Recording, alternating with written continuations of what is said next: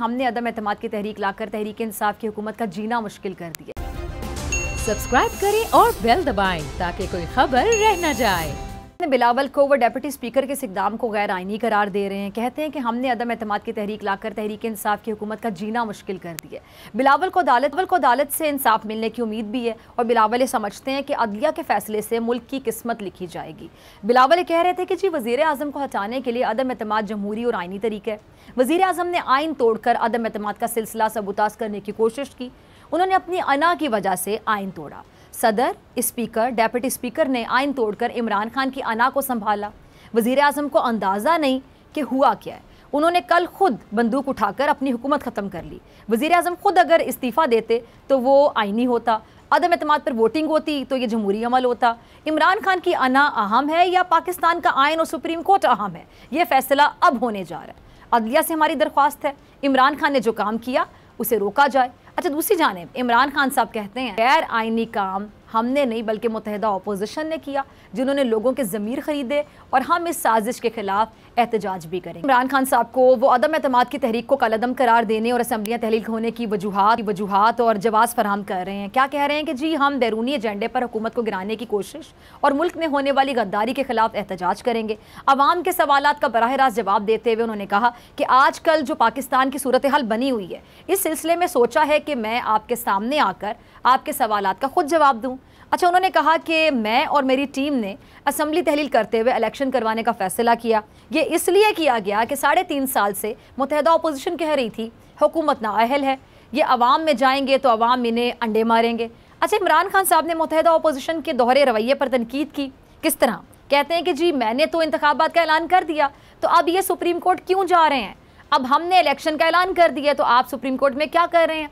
अच्छा, उन्होंने ये भी कहा कि ये चाहते हैं कि हुकूमत बहाल हो, अवाम के फैसले से वापस आना बेहतर है या एक बाहर की साजिश का हिस्सा बनकर पार्लियामेंटेरियंस के ज़मीर खरीद कर हुकूमत है। ख्वाजा साद रफ़ीक को वो कह रहे हैं कि जी पिछले इलेक्शन में इमरान खान ने हमें चोर बनाया, अब ये गद्दार बनाना चाहते हैं। अब ये फैसला होगा कि गद्दार है कौन, झूठा और चोर है कौन। असल में तुम यहूदियों के एजेंट हो। मैं कहूँगा कि इमरान खान तुम एक साजिशी आदमी हो। अब अदम एतमाद तहरीक आई है तो आपको गैर मुल्की साजिश याद आ गई है।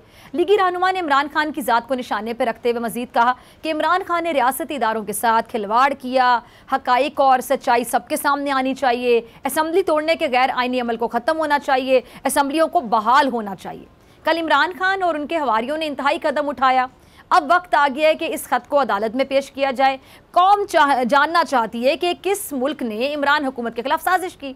अच्छा, साद रफ़ीक की बहुत सी बातें ठीक हो सकती हैं और बहुत सी बातों पर सवाल भी उठाया जा सकता है। जैसा कि ख्वाजा साहब से सवाल बनता है कि जब कौमी सलामती कमेटी की मीटिंग में अपोजिशन को दावत दी गई कि वो धमकी अमेज़ खत पर मालूमात हासिल कर ले, लेकिन पूरी अपोजिशन ने उस वक्त इजलास का क्या किया, बायकॉट कर दिया। अब मामला सुप्रीम कोर्ट में और अब अदालत पर डिपेंड करता है कि वो तहरीक इंसाफ से धमकी अमेज़ जो खत है उसका मुतालिबा करती है। कमर ज़मान कायरा साहब का कहना है कि अदालत पाकिस्तान का बहुत बड़ा मुकदमा सुन रही है। ये मुकदमा पाकिस्तान के मुस्तकबिल और जमहूरियत का है।